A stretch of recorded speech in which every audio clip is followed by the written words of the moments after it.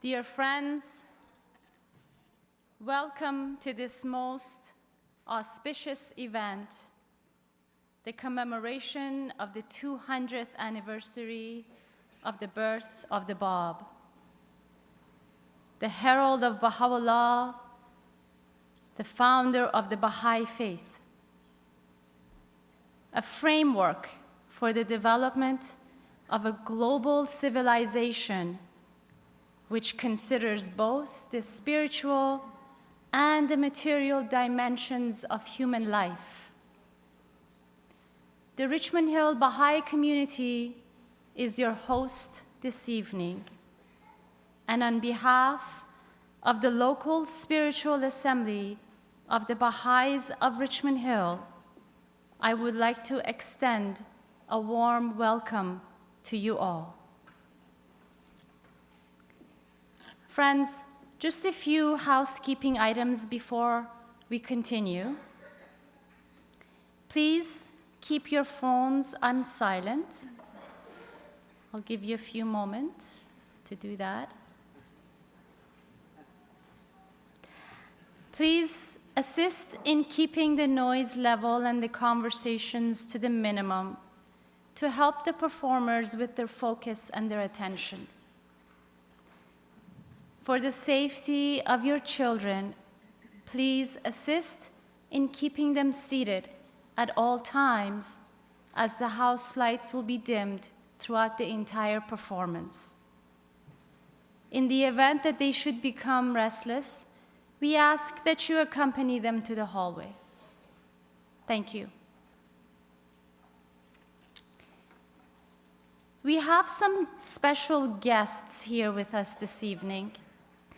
And before I proceed further, I would like to recognize them by mentioning their names and thanking them for accepting our invitation and joining us here this evening. We have the MPP of Richmond Hill, Oak Ridges, the Honorable Mr. Michael Parsa. We have the Mayor of Richmond Hill, His Worship, Mr. Dave Barrow. Former MPP of the Richmond Hill riding, Dr. Reza Moridi, and his wife, Mrs. Pari Moridi. Our Councillor for Ward 6, Mr. Godwin Chan, and our very good friends from the York Regional Police, Deputy Chief Andre Crawford, Superintendent Duncan McIntyre, Superintendent Ricky Virapan. We thank you for joining us this evening, celebrating with us, and we thank you for your messages of congratulations. Thank you.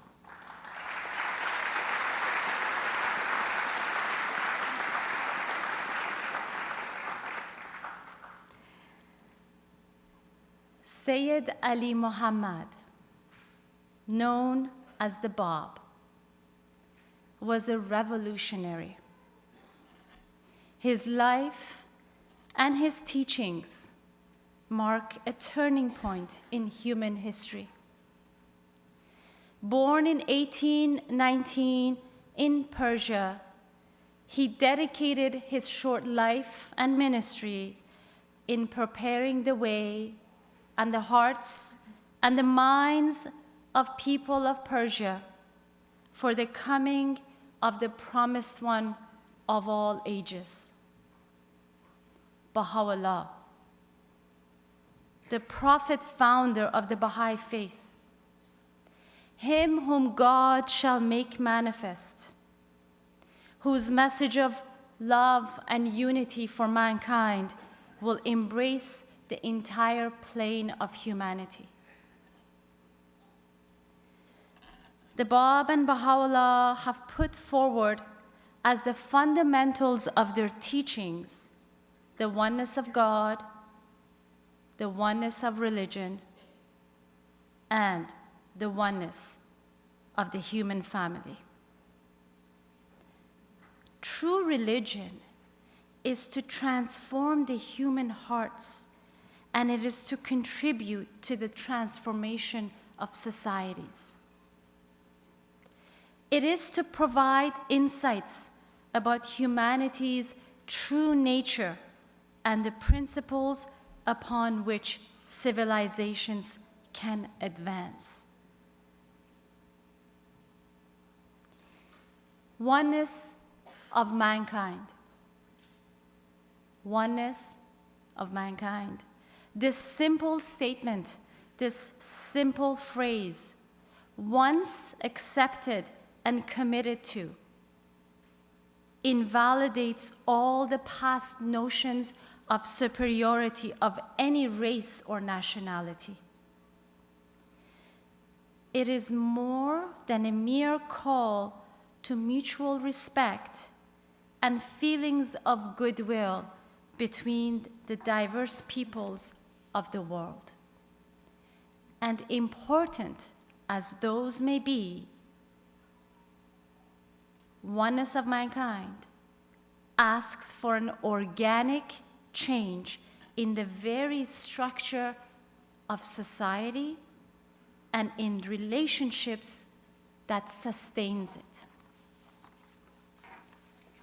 Friends, today's celebration is a commemoration of the life of the Bab, his teachings, his sacrifices, and his gift for the world of humanity, presented to you in the form of stories about his life by our beloved storytellers. They will be accompanied by music and melodies only befitting for this occasion. Our musical, artistic guest this evening, a very special guest, is Mr. Jack Lenz, who really requires no introduction to this audience, but nevertheless, he is a Canadian composer. And he has had the privilege to work with many, many musical artists, amongst which Andrea Bocelli and Celine Dion. He states that his greatest honor is to serve the cause of Baha'u'llah and the Bab through music, and he's grateful to be able to have this opportunity to be part of this presenting a musical and dramatic expression of the life of the Bab. The musicians accompanying Jack are his friends and our friends, Kevan McKenzie on percussion, Ernie Tollar on windwoods and world flutes. They will accompany our storytellers who will take us on a journey in history to tell us more about the life and the mission and the message of the Bab and the impact on lives of humanity today. Friends, just one more item before we continue. We ask that if you could kindly hold your applause until the end of the program so that our storytellers can continue to remain focused. We are glad and we are excited to share this celebration with you. We will begin with an opening prayer, which will be chanted. Thank you.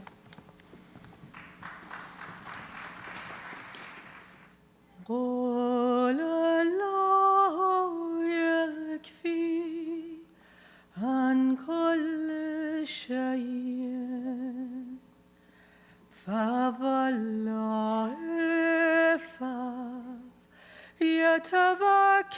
يتوكلون متوكلون يتوكلون متوكلون God is sufficient unto me. He is the all-sufficing. Let the trusting trust him. Let the trusting trust. Let the trusting trust. Let the trusting trust. Let the trusting trust.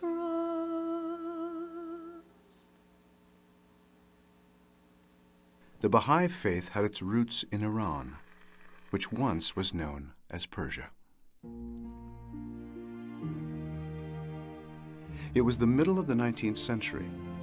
An air of religious fervor permeated Christian, Jewish, and Islamic countries around the world. Predictions by Bible scholars sparked a new wave of evangelism and the birth of Adventist denominations. Thousands flocked to the Middle East to await the appearance of the Messiah. Meanwhile, in Shiraz, Iran, a young merchant quietly proclaimed that he was the bearer of a revelation from God, referring to himself as the Bab, meaning the gate. He explained that he was the forerunner of a divine teacher greater than himself, who would soon appear and bring about a new age of unity and peace.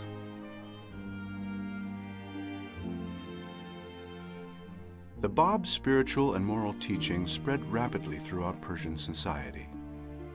He promoted the upliftment of women and the poor, and encouraged universal education and the study of science, themes considered radical in a society still steeped in centuries-old traditions.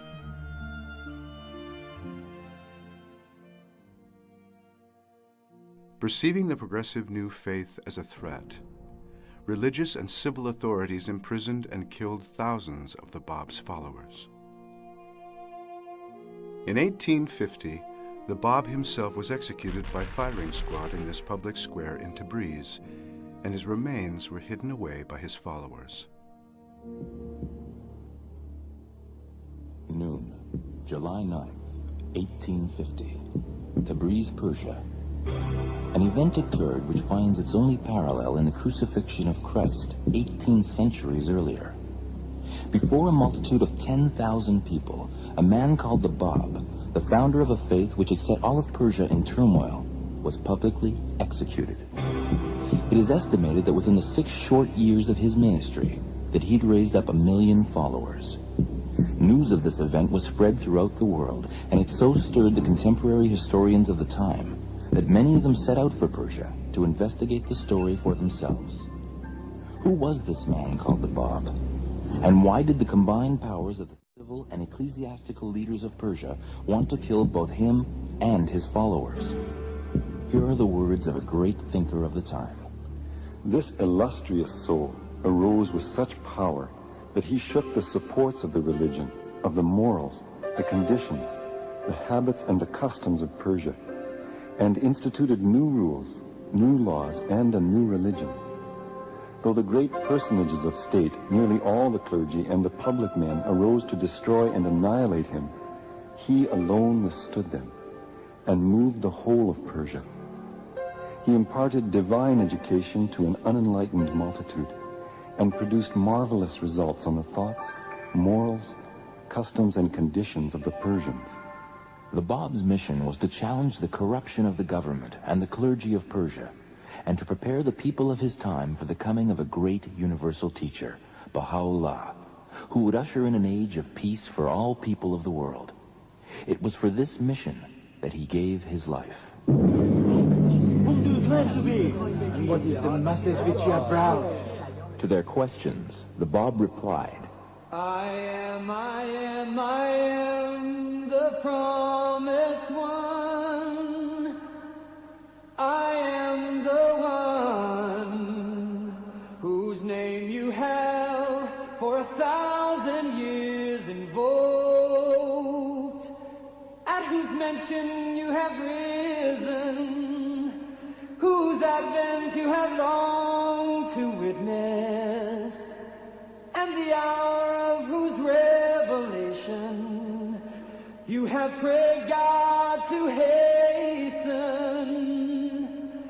Verily I say, it is incumbent upon the peoples of both the East and the West to obey my word and to pledge allegiance to my person. I am, I am, I am, I am, I am, I am the promised one. I knew him well. He was my son. He was born on October 20th, 1819, in the city of Shiraz. From the time he was a baby, I remember thinking that there was something special about him. As a child, he was very serene and had a dignified manner.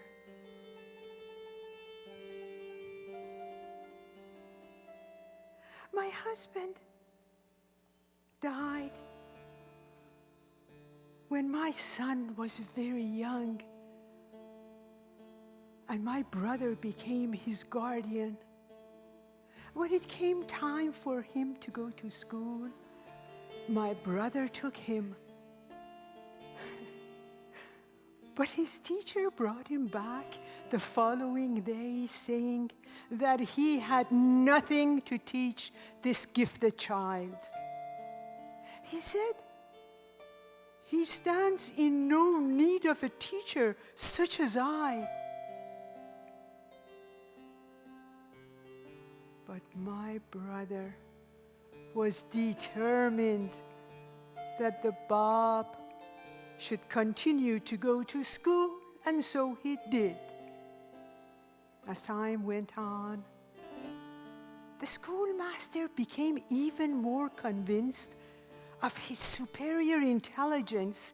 He said that he felt that in his relationship to the Bab, he was the one who was being instructed.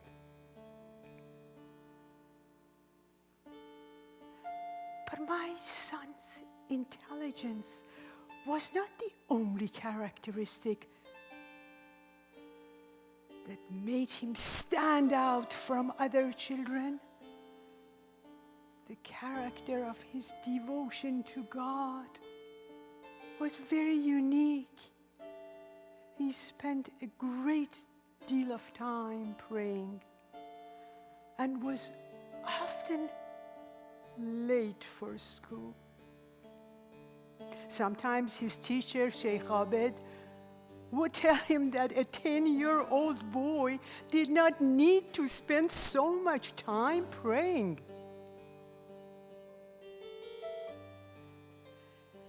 The years passed, and when the Bab was 17, he went to Bushehr with his uncle, where he worked as a merchant for 5 years. My brother told me that he won the esteem of all the merchants he worked with because of his honesty and trustworthiness. During that time, he continued to devote a large amount of time to prayer. When the Bab returned from Bushehr, he was 22. I arranged his marriage to our neighbor's daughter, Khadijah. They were perfect for each other. These were happy days indeed. Although I did not understand it, but there seemed to be a change in my son's behavior. I mean, he was always extremely courteous and very mild. But a new radiance seemed to surround him. Other people must have recognized that there was something very special about him too. For many young religious students and scholars came to visit him in the evenings. Before long, I realized that Khadija was pregnant. In due time, she went into labor, but it was a very difficult labor. And I feared at one point that she was going to die when I hurried to tell my son about the grave condition of my son. He picked up a mirror which was beside him and wrote a prayer on it. He instructed me to hold it in front of Khadija. I did this immediately. And the child was soon born. But his life was short. He was a boy, and the Bab named him Ahmad. When Ahmad died, I was heartbroken and angry at my son. I demanded that he tell me why it was, if he possessed such powers, that he had not attempted to save the life of his own child. He answered very quietly that he was not destined to have any children. It was soon after this that the heart of the storm entered our lives. My son went on pilgrimage, and when he returned, the religious authorities summoned him to the mosque. They told him that he must stop his teaching. After that, we did have a few quiet months before he moved to my brother's house. He told Khadija that it was for our safety that he was leaving us. You know, women were not allowed to be a part of religious affairs in those days, and it was very difficult for us to learn what the religious talk of the day was. I mean, sometimes we heard rumors of his claim to be the promised one, but at the time I personally was not able to investigate it.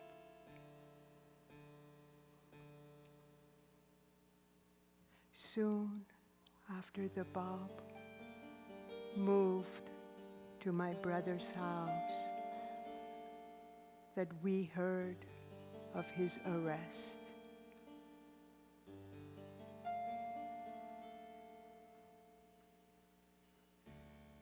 But it wasn't until a year after his death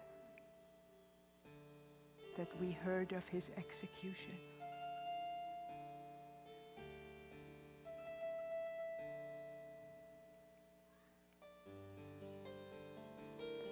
Putting my son to death had quite the opposite effect hoped for by the authorities. Instead of dimming the light of his sweet and mild personage, his progressive message of reform, equality, and unity spread rapidly throughout Persia. Thousands and thousands of people adhered to the new faith. Amongst them, Sheikh Abed, the Bab's childhood teacher, and Janab Haji Mirza Sayyid Ali, my brother and the Bab's loving uncle.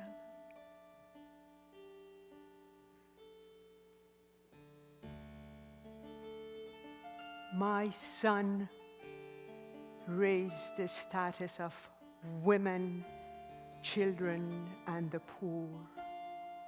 He introduced new laws to reform the outdated law of marriage, discouraged polygamy, forbade the need for women to veil themselves, and prohibited the corporal punishment of children. He promoted universal education and the study of science. Thoughts and ideas considered radical in a society still steeped in archaic traditions.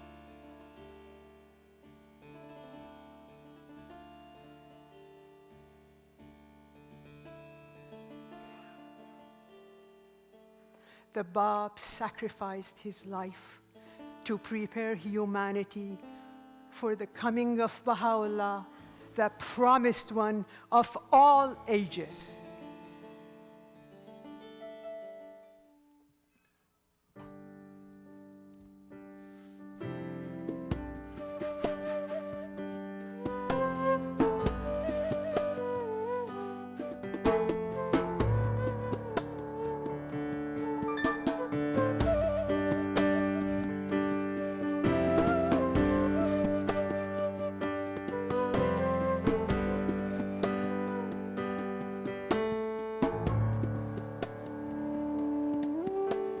Justice, we cry for justice. We see it turning, grieving in its time of loss. Justice, lament for justice. The world will give its life for hate, but not for justice. Justice, we cry for justice. We see it turning, grief like a gallowed man. Justice, we cry for justice. The world will give its life for love, but not for justice. Justice, justice. When will we see your face? Justice, justice. When will we see your face?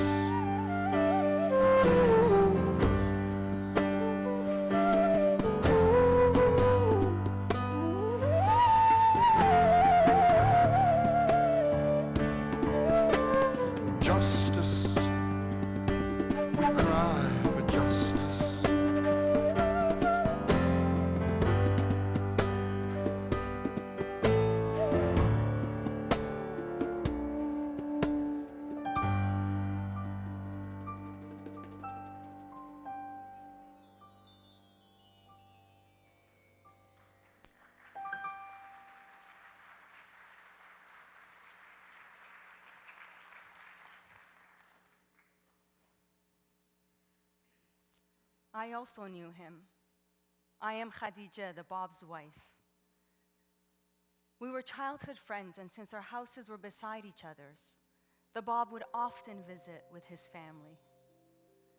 Usually he wouldn't join in our games, but when he did, he was always very kind and considerate. After he went to Bushir with his uncle, I had a very vivid dream in which I saw him standing in a field of beautiful flowers. in an attitude of prayer, and he was wearing a beautiful coat embroidered in gold thread. His face was radiant. When I told his mother and his grandmother this dream, they assured me that it was my friend the Bab's assiduous attention to his prayers that had brought this vision to me. He was 17 at the time. After he returned from Bushehr, the Bab's mother and his grandmother came to visit my mother. I served them some tea and fruit, and I left the room. But before our company left, the Bab's mother kissed my forehead. My mother told me that this kiss signified the Bab's mother asking for my hand in marriage to her son. From that moment, I felt a great stirring in my heart. I felt immeasurably proud of our coming union. I remember the first few months as the happiest days of my life. His kindness and care towards me were indescribable. Both he and his mother showered me with kindness and consideration.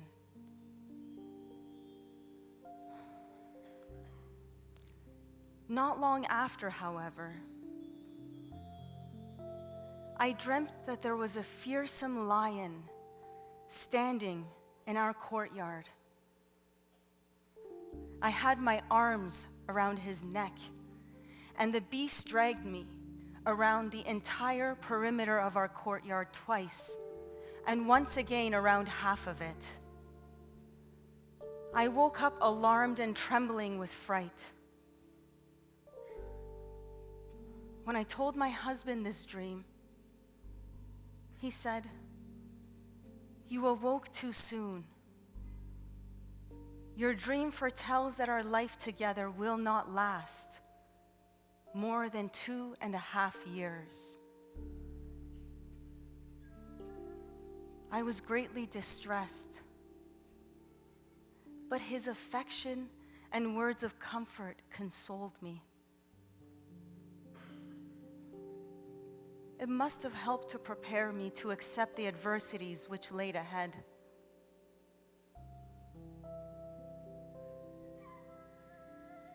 One day, in the late afternoon, he came home earlier than usual. That evening, he said he had a particular task to attend to. So we had an early dinner with the family in his mother's room, and he retired for the night. An hour later, when the house was quiet and all were asleep, he arose from his bed and left the room. At first, I took no particular notice to his absence.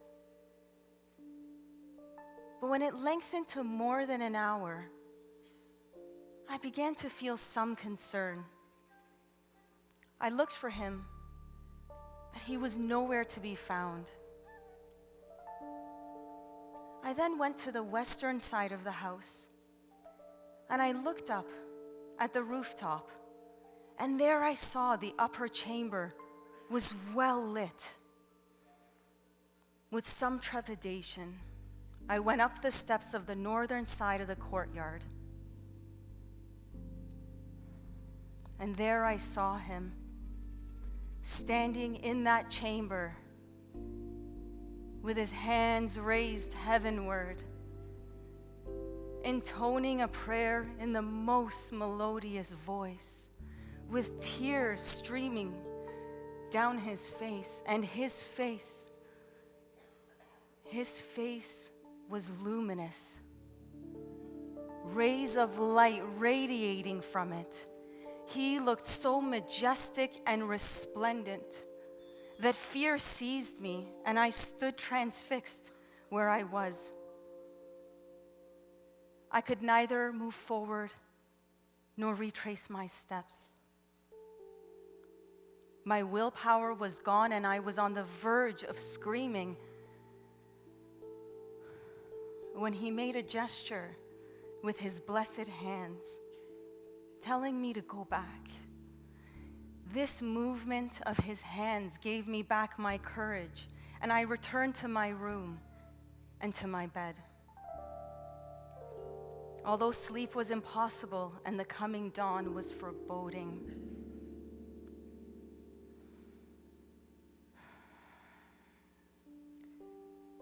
it's very difficult for me to talk about what came after. Fierce, fierce opposition. As his claim became known, as many people became attracted to him, the greater the denial of the priests and government leaders.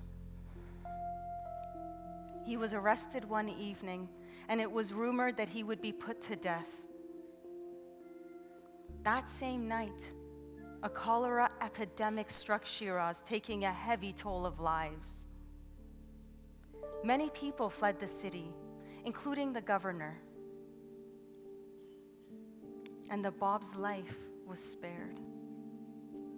They said that he saved the life of the son of the man who was to put him to death. To our incredible joy, he came back and stayed for 3 days. These were the last days of my life with him. On the last day, he said he was leaving the city, and we were happy that he would find a place of safety. The family kept us informed of his whereabouts. But unfortunately, he was arrested again and taken to various prisons and then to Tabriz.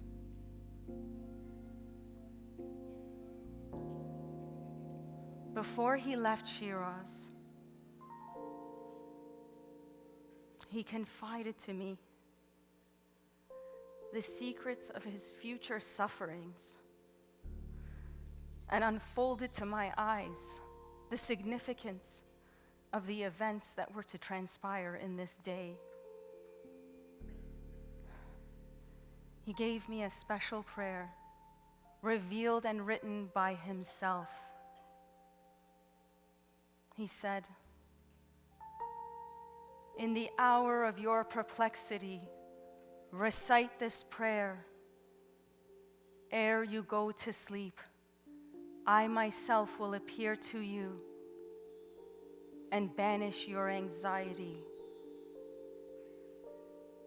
I found this to be absolutely true. Every time I turned to him in prayer, the light of his unfailing guidance illumined my path and resolved my problems.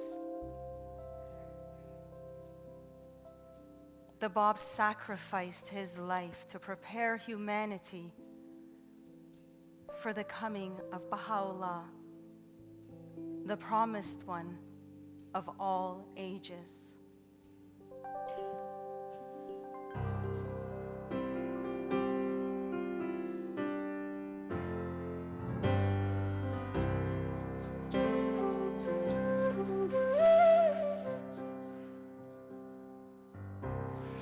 When will it be, oh just one? When will it be? When will it be, oh just one? When will it be? And I see your loved ones there, captive in the claws of hate. And I see your loved ones here, wondering what will be their fate. And I hear them asking you, when will it be? When will it be?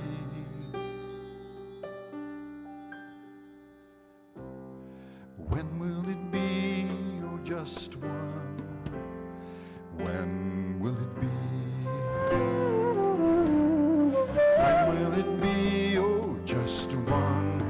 When will it be? And I see underneath the swords of liars. And I see your men of steel bending in your will of fire. And I hear them asking you, when will it be? When will it be? Cruelty knows no reason. Cruelty knows no season. Cruelty like a beast that knows no bounds. Cruelty from the right. Cruelty from the left. Cruelty from all sides. It has no vision, no feeling, no vision, no feeling, no vision, no feeling, no sound.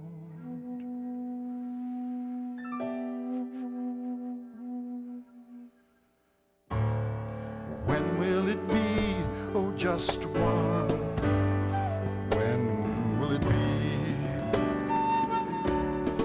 When will it be? Oh, just one. When will it be? And we are your billion souls, long for love and unity. And we are your waiting souls, waiting for your melody.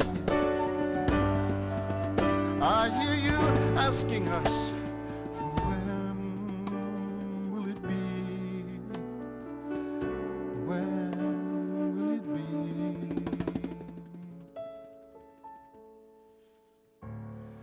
When will it be? Oh, just one. When will it be? When will it be, oh kind one? When will it be? When will it be? When will it be? When will it be?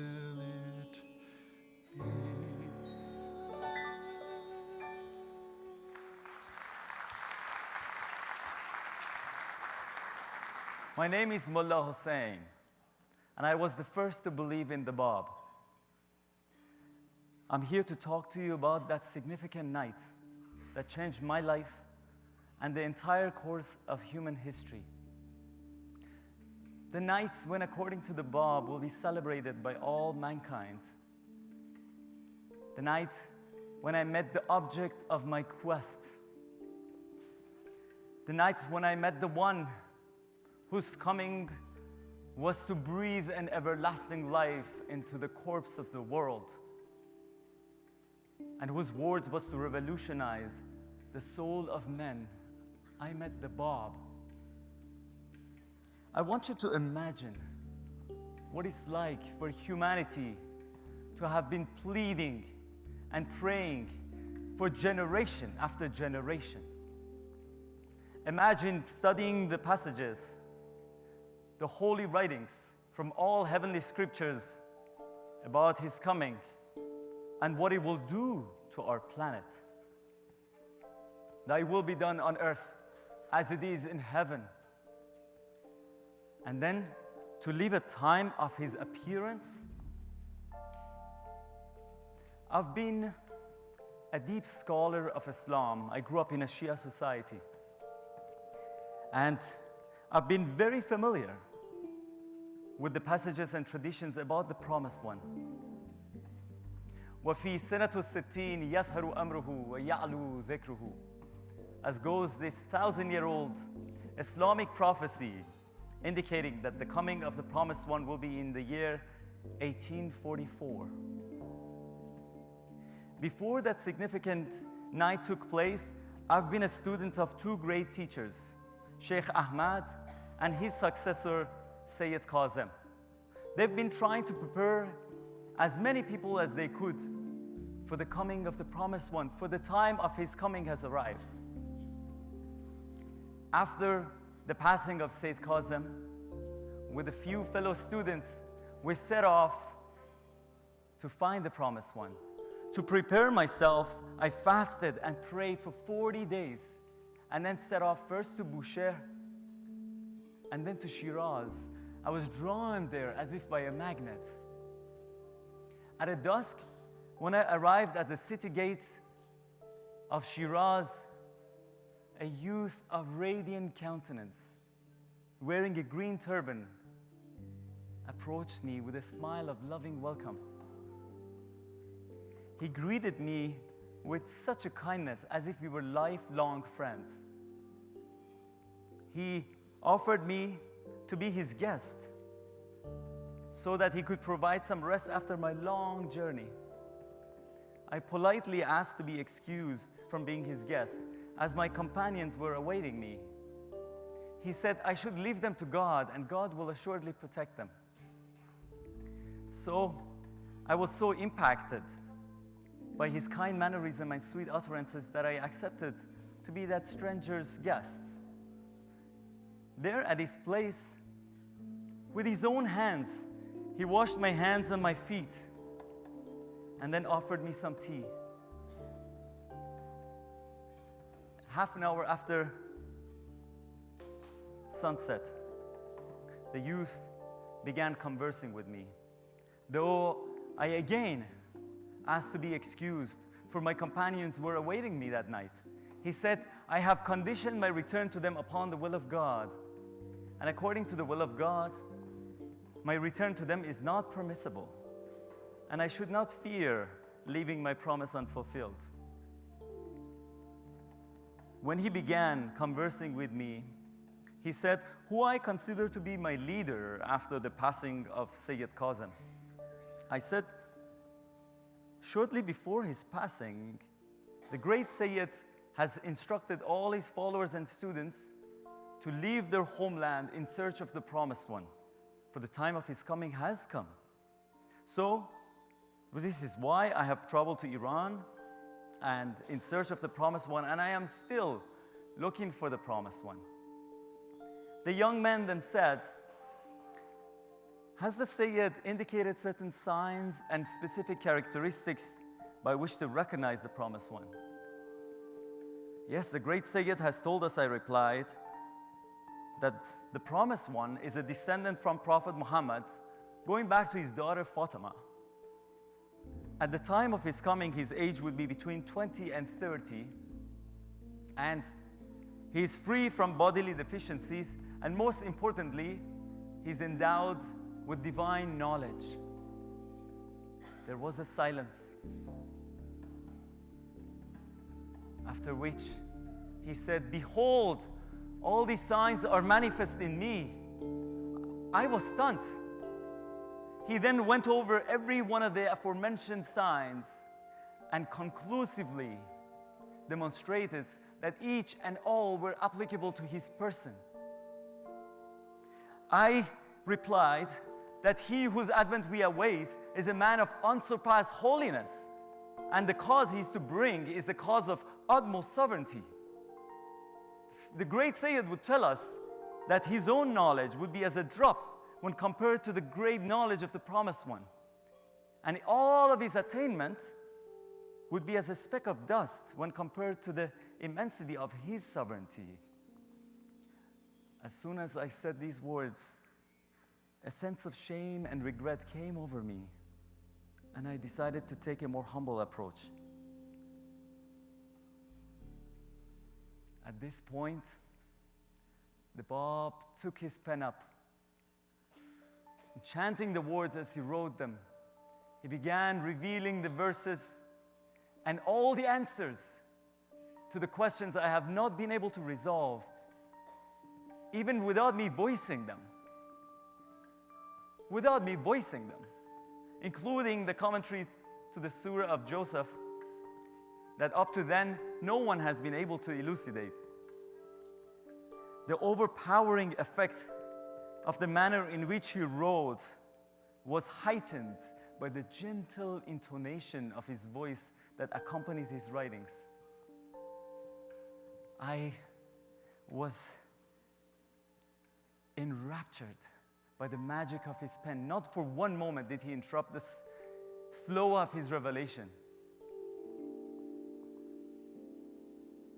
When he finished, it was 2 hours and 11 minutes after sunset. In May 22, 1844. At that moment, I had no further need of proof. After all this search, he is the one. He is the Bab, the promised one of all ages, unknown to the sleeping world. Can you imagine what I was feeling at that moment? He then addressed me in these words: O thou who art the first to believe in me, verily I say, I am the Bab, the gate of God, and thou art the gate of that gate. 18 souls must in the beginning, spontaneously and of their own accord, accept me and recognize the truth of my revelation. Each unwarned and uninvited must find me, and then to each we shall appoint a special mission. He then asked me to go to Tehran, where I will find a source of great mystery and great knowledge. Everything that he told me that night came true. 18 souls, where he later called the letters of the living. One by one, found him. And to each, we were given the special task to go all over Persia to teach his cause. The opposition was incredible. But in the face of the opposition, martyrdom, cruelties, and that darkness, we stood firm and staunch. At those moments of excitement and darkness, a new hope and solace was given to the hearts of people. Thousands upon thousands embraced this new and beauteous faith. I was given such a power that I felt like I could move mountains. Oh, how I wish I had 1,000 lives and give them each and all to this beauteous cause. The Bab sacrificed himself to prepare humanity for the coming of Baha'u'llah, the promised one of all ages.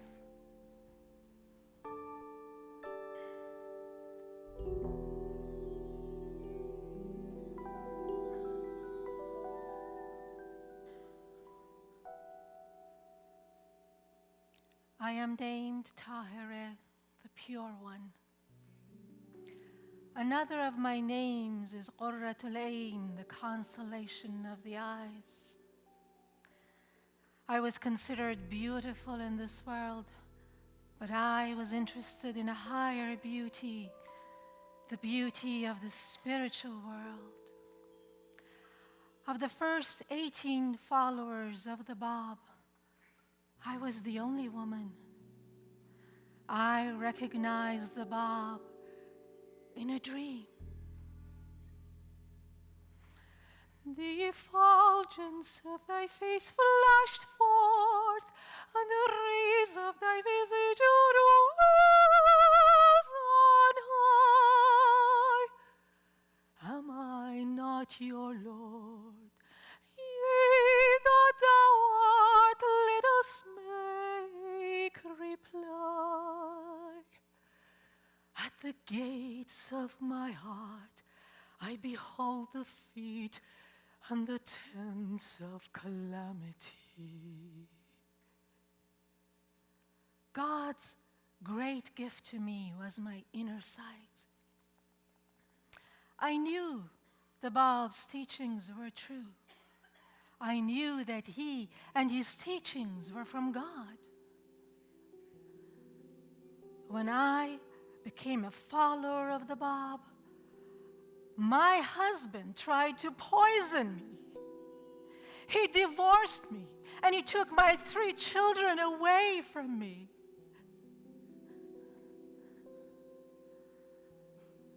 The Shah of Persia, Nasir ad-Din Shah, desired me for a bride.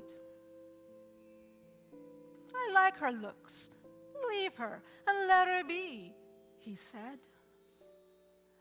He wanted me as a bride on the condition that I deny my faith.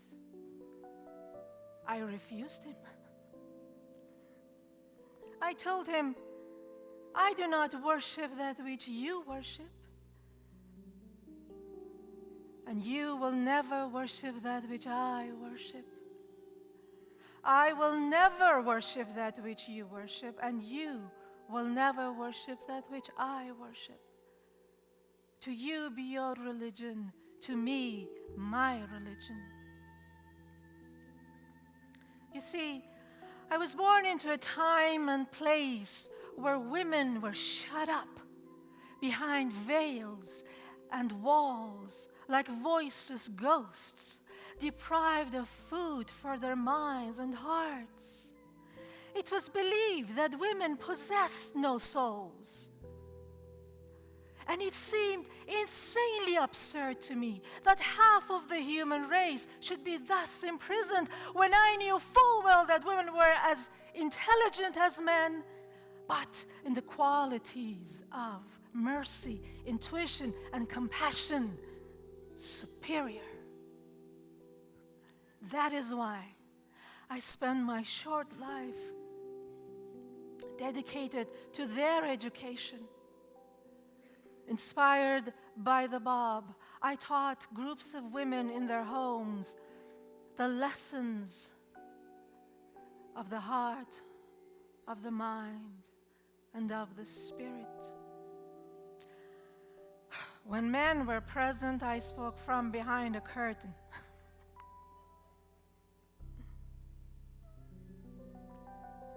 One day, before an assemblage of men, I entered the room without my veil. The shock was so great that one man slit his own throat. This was a spiritual as well as a physical act. By removing my veil, I removed a veil for all women for all time. Now, the doors to the valley of fulfillment are wide open, not just for women, but for all humanity. Those doors can never be closed. God has destined it. I was persecuted and imprisoned. I knew the day I was going to die. I adorned myself in a gown of pure white and chanted away the pain and the ecstasy of that day. It was painful because I am human, but it was ecstatic because my love for the Bab drew me upwards towards himself. در ره عشقت ای صنم شیفته بلا منم چند مغایرت کنی با غمت آشنا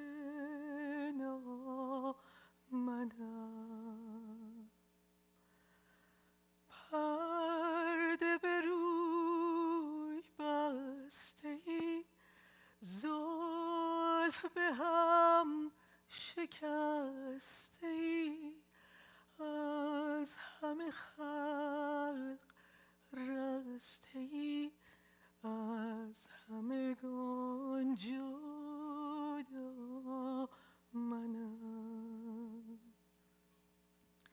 شیر توی شکر توی شاخ توی ثمر توی شمس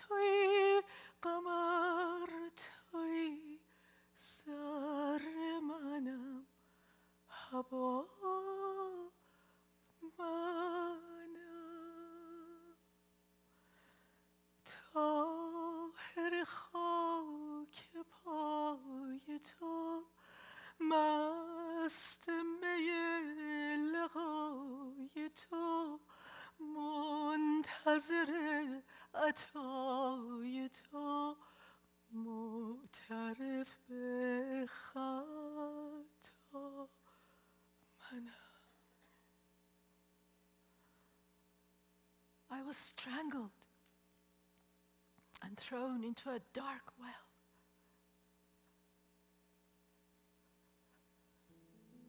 But now I shall be a well for you. I will inspire you with the right thought, with the right words, with the right decision at the right moment. All you have to do is sincerely ask. And the beloved Bab sacrificed his life to prepare humanity for the coming of Baha'u'llah, the promised one of all ages.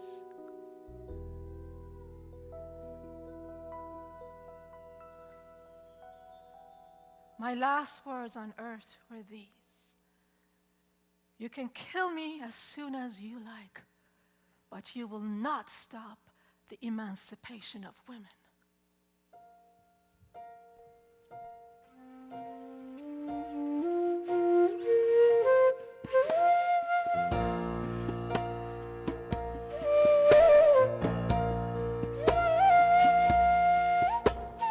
The world turns and the world changes, but one thing does not change. Through all the years, one thing does not change. However you disguise it, this thing does not change. One thing still remains. I wanna be with him today. I wanna be with him today. I wanna be with him today. But mankind, proud mankind, dressed in brief authority, most ignorant of what he's most assured. His glassy essence, like an angry ape, plays such tricks as makes the angels weep. I wanna be with him today. I wanna be with him today.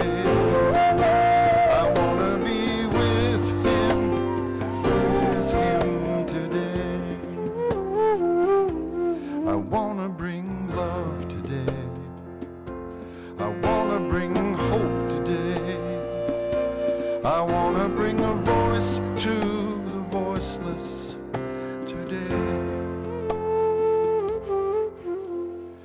Why must we shed the blood of the holy ones? Why must we shed the blood of the gentle ones? Why must we sacrifice their lives time and again?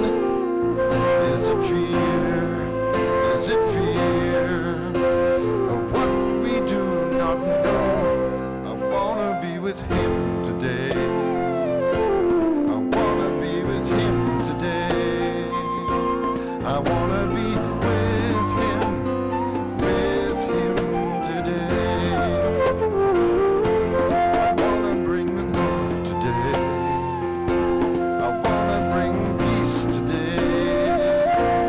I wanna bring hope to the hopeless today. I wanna be with him today. I wanna be with him today. I wanna be with him today.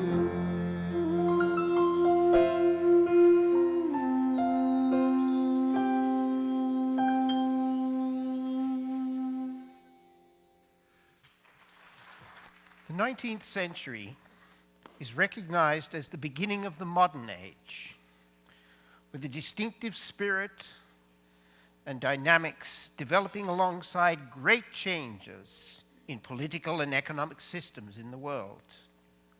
The Bab summoned humanity to embrace a new vision commensurate with these forces and powers released in society.